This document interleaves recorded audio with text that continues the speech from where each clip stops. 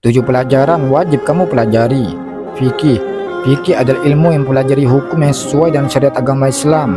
Aspek yang dipelajari dalam ilmu ini tidak hanya sebatas cara beribadah saja, bahkan hukum menikah, cara bermasyarakat, serta pembagian warisan pun telah diatur di dalamnya.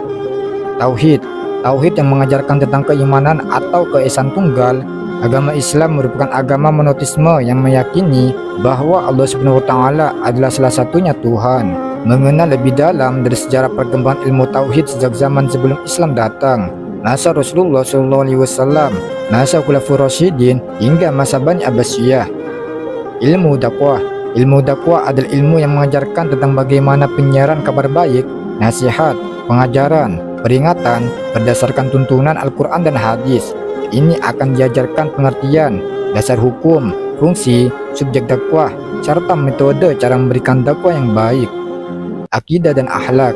Akidah dan akhlak adalah mata pelajaran yang hampir selalu ada di universitas Islam dan institut Islam. Hal ini dikarenakan mata kuliah ini adalah bekal bagi para siswa dan mahasiswa untuk bertindak dan berpikir sesuai dengan akal sehat dan membawa dampak positif bagi sekitarnya sesuai dengan Al-Quran dan hadis. Sejarah kebudayaan Islam. Pendidikan agama Islam ini harus benar-benar dipahami oleh setiap calon guru agama Islam. Hal ini dikarenakan setiap hukum yang tertulis dalam Al-Quran diriwayatkan berdasarkan kejadian nyata yang telah terjadi, seperti kisah-kisah Nabi dan Rasul terdahulu sebagai pengingat untuk umat setelahnya. Filsafat pendidikan Islam membahas tentang permasalahan pendidikan yang tertumpu pada ajaran Islam.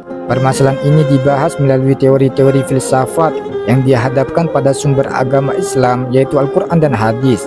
Lalu pada mata pelajaran ini, kamu akan diajak untuk menyelami lebih dalam tentang esensi pendidikan Islam yang dapat dihubungkan dan dipraktikkan dan kejadian sehari-hari di masyarakat. Al-Quran dan hadis berisi mengenai pemahaman nilai-nilai Al-Quran dan hadis melalui metode tafsir Al-Quran dan hadis. Sebagai calon pengajar agama Islam diharapkan mampu menginterpretasikan nilai-nilai kebaikan yang terkandung di dalam Al-Quran dan hadis. Wallahu a'lam bishawab.